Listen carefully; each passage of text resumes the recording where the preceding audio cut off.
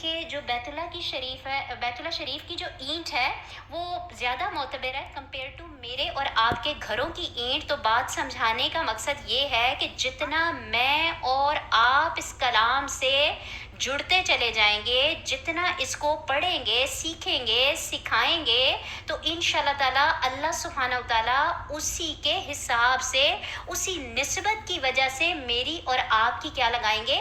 قیمت لگائیں گے. تو کیا ہی بہترین قیمت میری اور آپ کی لگے گی کہ جب میں اور آپ ہم زیادہ سے زیادہ کس سے جڑ جائیں گے؟ قرآن عظیم الشان کے ساتھ جڑ جائیں گے.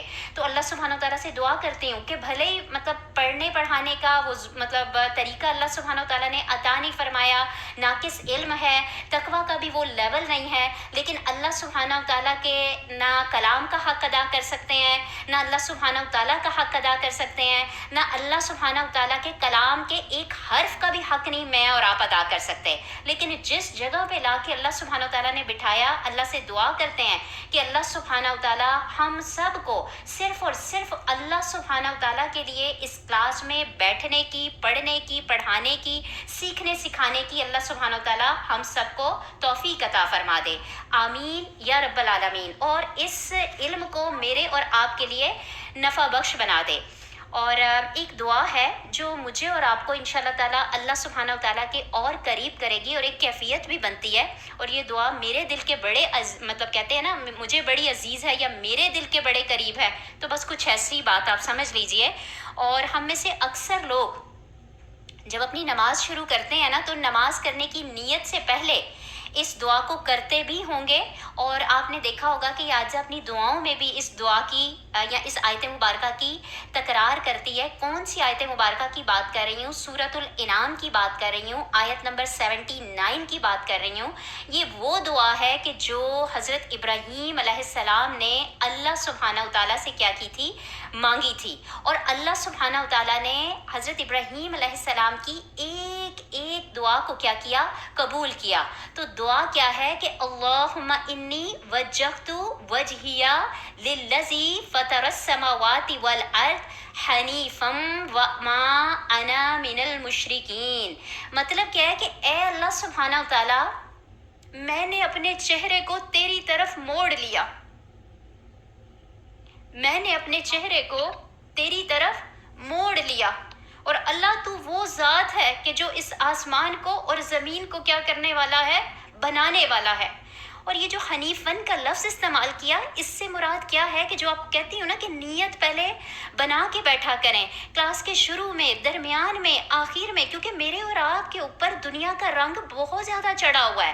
نفس میرے اور آپ کے اوپر بڑا حاوی ہے، شیطان بھی آن ٹاپ وسوسے ڈالتا ہے. تو مجھے اور آپ کو بار بار زبان پہ ان آیات کو، ان دعاؤں کو لانے کی ضرورت ہے، تاکہ ان کی تکرار سے اللہ سبحانہ تعالیٰ یہی دعا کی نسبت جو ہمارے حضرت ابراہیم علیہ السلام کی اللہ سبحانہ تعالیٰ سے کی انہوں نے، اللہ سبحانہ تعالیٰ انہی کے صدقے، اسی نسبت کے صدقے یہ دعا میرے اور آپ کے حق میں، ہمارے آقا کریم صلی اللہ علیہ وآلہ وسلم کی پوری امت کے حق میں قبول و منظور فرما لے. تو انشاءاللہ تعالیٰ کوشش یہ کیا کریں کہ ٹائم ٹو ٹائم، اور ہم میں سے اکثر لوگ اپنی نماز کو شروع کرنے سے پہلے اس دعا کا بھی کیا کرتے ہیں؟ نیت کرنے سے پہلے اہتمام کرتے ہیں.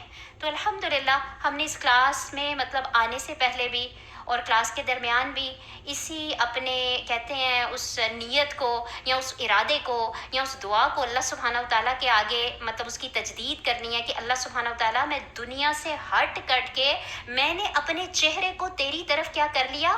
موڑ لیا. حنیفن، میں یکسو ہو گئی، دنیا کو چھوڑ چھاڑ کے یہ 1.5 گھنٹے کے لیے، 1 گھنٹے کے لیے، 1.25 گھنٹے یا 2 گھنٹے، جتنی بھی اللہ توفیق دے گا، اللہ میں صرف اور صرف تیری طرف متوجہ ہو گئی، اپنے چہرے کے ساتھ، اپنے دل کے ساتھ، اپنی روح کے ساتھ. اور اللہ سبحانہ تعالیٰ، میں اس میں کسی قسم کی کوئی ملاوٹ نہیں آنے دوں گی. اس پہ اللہ سبحانہ تعالیٰ آپ میری کیا کریں؟ مدد فرما دیں. امید ہے بات کلیئر ہوگی سب کے لیے. الحمدللہ.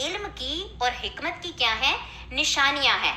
اور اسی طرح قرآن عظیم الشان میں انہی آیات کے لفظ کے ساتھ ساتھ کیا بتایا گیا کہ آیات آفاقی بھی ہوتی ہیں اور آیات انفس بھی ہوتی ہیں.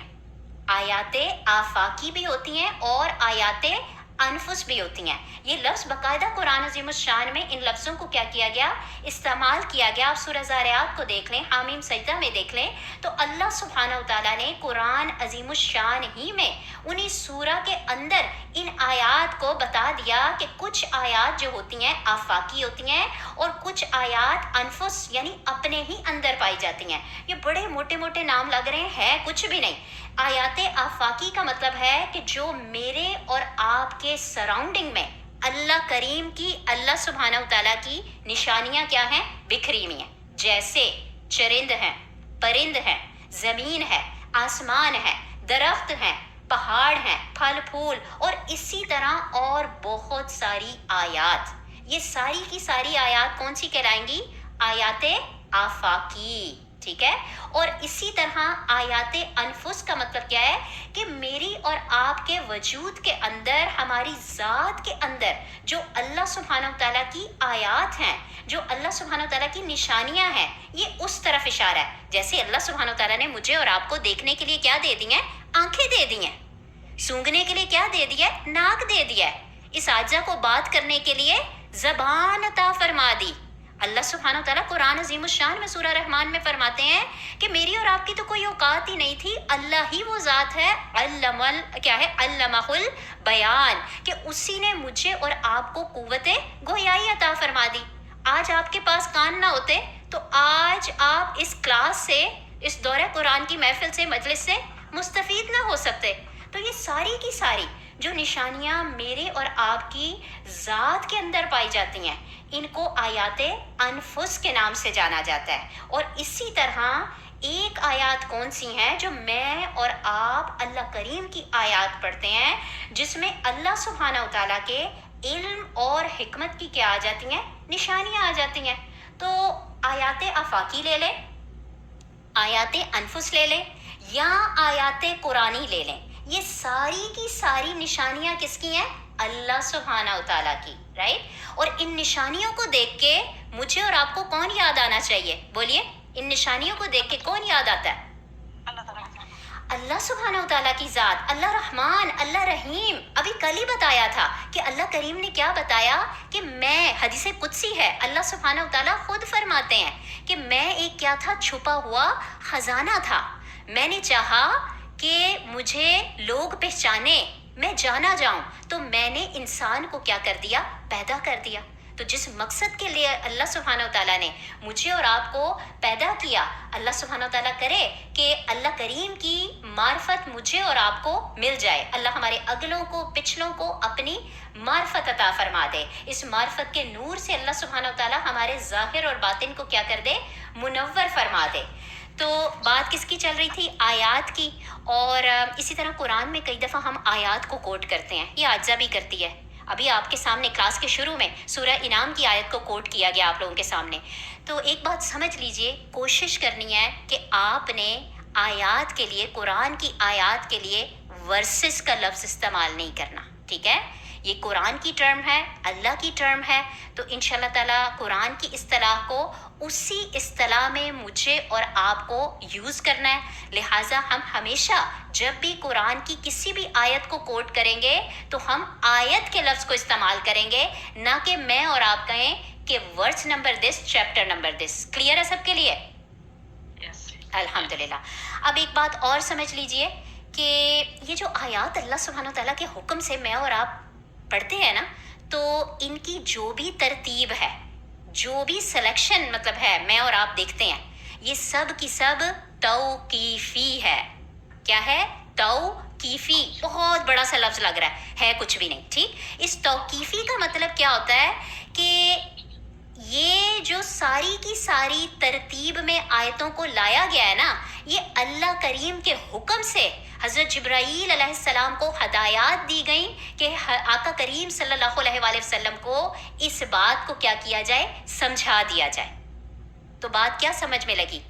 کہ آقا کریم صلی اللہ علیہ وآلہ وسلم نے اللہ کریم کے حکم سے ان آیتوں کو متعین فرما دیا. یہ جو میں اور آپ آیتیں پڑھتے ہیں نا، یہ نہیں کہ کہیں پہ کوئی آیت ہے، کہیں پہ کوئی، کسی میں 2 لفظ ہیں، کسی میں 3. تو مجھے اور آپ کو پتہ کیا چلا کہ آیت جو 1 ہوئی یا 2 ہوئی یا 3 ہوئی، یہ آقا کریم صلی اللہ علیہ وآلہ وسلم کے بتانے پہ کیا ہے؟ موقوف ہے. ہم پڑھتے ہیں نا حروف مقطعات سے کئی جو ہے سورہ شروع ہوتی ہیں. جیسے انشاءاللہ تعالیٰ اللہ کے حکم سے سورہ بقرہ کو شروع کریں گے تو پہلی آیت مبارکہ سورہ بقرہ کی کیا ہے؟ حروف مقطعات الف لام میم، ایسے ہی ہے نا. اور اس پہ آیت مبارکہ کیا ہو گئی؟ مکمل ہو گئی. ایسے ہی ہے نا. پھر دوسری آیت شروع ہوتی ہے ذالک الکتاب لا ریب فیہ. اسی طرح حامیم، عین سین قاف. تو کئی دفعہ آپ لوگ کیا دیکھتے ہیں، اسی طرح صاد والقرآن. تو کئی دفعہ آپ لوگ کیا دیکھتے ہیں کہ کبھی حروف مقطعات پہ آیت کیا ہو جاتی ہے؟ مکمل ہو جاتی ہے.